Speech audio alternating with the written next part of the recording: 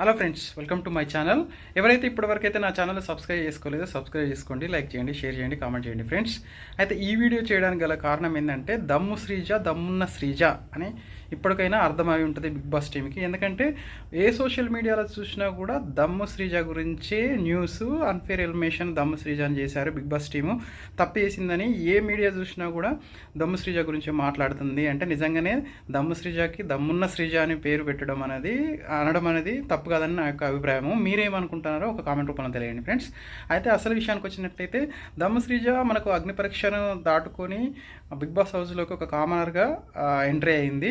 Entry అయిన తర్వాత తను ఒక 2-3 వీక్స్ వరకు బాగా నోరేసుకొని అరిచింది, అది చేసింది అని చెప్పి కొంచెం నెగిటివిటీ అయితే రావడం అయితే జరిగింది. తర్వాత నుంచి తన యొక్క గేమ్లో అయితే ఖచ్చితంగా పర్ఫార్మెన్స్ చేస్తుంది. అదే అగ్ని పరీక్షలో మాత్రం తెలిసింది. ఒక ఆడపిల్ల అయి ఉండి నేను ఫస్ట్ నుంచి అగ్ని పరీక్ష అదైతే చూశాను ఫ్రెండ్స్. అగ్ని పరీక్షలో కూడా ట్యాటూ వేసుకోవాలని చెప్పి తను ఎక్కడంటే తన ఫోర్ హెడ్ మీద ట్యాటూ వేసుకోవాలని చెప్పారు.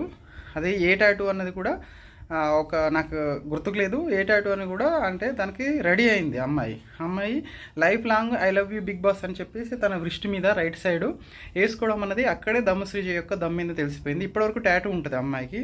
అలాంటి డెడికేషన్ ఉన్న కంటెస్టెంట్ మనకు హౌస్లో నుంచి అన్ఫేర్ ఎలిమినేషన్ అయితే ఏ విధంగా ఉంటుందనేది ఇప్పుడు సోషల్ మీడియాలో అయితే వైరల్ అవుతుంది. అదేవిధంగా ఆదిరెడ్డి వంటి రివ్యూవర్సే, మన బిగ్ బాస్ రివ్యూవర్సే ఇది అన్ఫేర్ ఎలిమినేషన్ అని మిగతా సోషల్ మీడియాలో ఎవరు చూసినా కూడా అన్ఫేర్ ఎలిమినేషన్ కింద కన్సిడర్ చేస్తున్నారు. మనం అనలైజ్ చేసుకుని కూడా అన్ఫేర్గానే అనిపిస్తుంది. ఎందుకంటే మిగతా అన్నిటి గురించి మాట్లాడను. లాస్ట్ వీక్ 5th వీక్లో మాత్రము తన ఆట ఆడిన తీరైతే అందరినీ చూపరని అయితే మనకు ఏమంటే ఆశ్చర్యపరుస్తుంది. లాస్ట్ కూడా ఎలిమినేషన్ అయ్యే టైంలో టాస్క్ పెట్టినప్పుడు కూడా ఆ డీమన్ పవన్కును శ్రీజాకి మధ్య ఆ రింగ్ లిస్ట్ టాస్క్ పెట్టారు కదా. ఆ రింగ్ లిస్ట్ టాస్క్ పెట్టినప్పుడు కూడా ఫస్ట్ తనే 2 రింగులు వేసింది. తర్వాత డీమన్ పవన్ ఎండ్ బజర్ మోగే టైంకి 2 రింగులు వేశాడు. అయితే దాన్ని సెకండ్ టైం రిపీట్ చేసిన తర్వాత మళ్ళీ శ్రీజ 2 రింగులో 3 రింగులు వేసింది. తర్వాత డీమన్ పవన్ 2 రింగులు వేసిన తర్వాత ఎండ్ బజర్ మోగే టైంకి అతని రింగ్ అనేది గాల్లోనే ఉంది. అయితే దానికి ఆ హుక్ లాంటి హుక్ లాగా ఉంది కదా, దానికి పడలేదు రింగు. అయినా కూడా అప్పటికి శ్రీజ తను అపోజ్ చేస్తూనే ఉంది. సార్ అది ఎండ్ బజర్ మోగిన తర్వాత పడింది సార్ అన్నా కూడా నాగార్జున గారు అయితే ఏమన్నారు, మేమందరం చూస్తూనే ఉన్నాం కదా శ్రీజ, అది కరెక్టే అని చెప్పేసి డీమన్ పవర్ని సేవ్ చేసేసి మన ఎవరైతే శ్రీజ అయితే ఆ టాస్క్లో ఓడిపోయిందని నిర్ధారించారు. అది పక్కన పెడితే మళ్ళీ సుమన్ శెట్టికును మరి శ్రీజాకి ఇద్దరికి మధ్యలో మన యొక్క బెలూను అంటే వాళ్ళ ఏకాభిప్రాయం ద్వారా, వైల్డ్ కార్డ్ ఏకాభిప్రాయం ద్వారా ఎవరినైతే ఎలిమినేట్ చేయాలనుకుంటున్నారు, ఎవరినైతే మనకు హౌస్ నుంచి బయటకు పంపించాలనుకుంటున్నారని వైల్డ్ కార్డ్కి అయితే ఛాన్స్ ఇవ్వడం అయితే జరిగింది.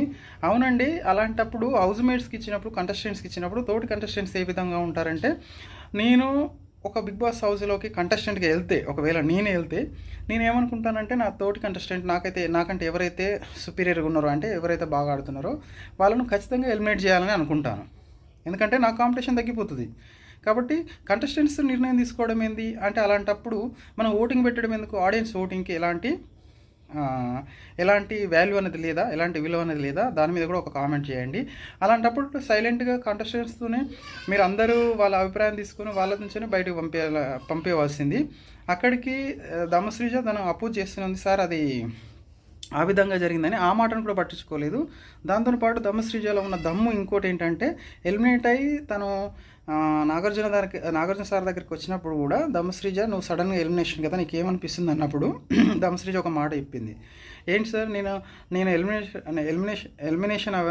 ఎలిమినేట్ అయ్యాను, అయినప్పటికీ కూడా నీకు అంత బాధగా లేదు. ఎందుకంటే నేను ఆడియన్స్ ఓటింగ్ ద్వారా బయటకు వెళ్తే నేను ఓడిపోయినట్టు, నేను కంటెస్టెంట్స్ నిర్ణయం ద్వారా బయటకు వచ్చాను, ఏకాభిప్రాయం ద్వారా నేను ఓడిపోయినట్టు కాదు సార్ అన్నట్టు మాత్రం మాట్లాడింది. అక్కడే తెలిసిపోతుంది దమ్మున్న శ్రీజ అని. మీరేమనుకుంటున్నారో ఒక కామెంట్ రూమ్లో తెలియజేయండి. అదేవిధంగా శ్రీజ దమ్ము రీఎంట్రీ అని కంపల్సరీ అయితే అని అనుకుంటున్నాము. ఆ విధంగా రీఎంట్రీ కావాలని అందరూ కోరుకుంటున్నారు. తర్వాత మీరు ఏమంటారంటే ఆడియన్స్ ఓటింగ్ పెట్టేసి మీరు ఎలిమినేట్ చేయండి తక్కువ ఓటింగ్ వస్తే. అదొక తీరు, అదొక ప్రాసెస్, అదొక ఫార్మాట్. లేకుంటే తెలుగు బిగ్ బాస్ మీద నెగిటివిటీ పెరుగుతుంది. ఆ విధంగా కూడా కామనర్స్ వర్సెస్ సెలబ్రిటీస్ అని పెట్టారు కదా ఈ సీజన్లో, especially BB nine season Telugu. దాని మీద కూడా ఇక కామనర్స్కి ఏమాత్రము నమ్మకం అనేది ఉండదు. ఎందుకంటే వరుసగా 4 మంది కామనర్స్నే ఎలిమినేట్ చేశారు. దాన్ని బట్టి కూడా కొంచెం డౌట్గానే ఉంది. అదేవిధంగా కామనర్స్ను సపోర్ట్ చేసే కామనర్స్ కూడా, ఆడియన్స్ కూడా బిగ్ బాస్ తెలుగుకి అయితే సపోర్ట్ చేయరు. కాబట్టి దాన్ని దృష్టిలో పెట్టుకుని రీఎంట్రీ ఉంటేనే బాగుంటుందని నా అభిప్రాయం. దాని మీద మీ అభిప్రాయాన్ని కూడా ఒక కామెంట్ రూపంలో తెలియండి. పోతూ నా ఛానల్ అయితే సబ్స్క్రైబ్ చేసుకోండి. థ్యాంక్ యూ అన్నాడు. జై హింద్, బాయ్.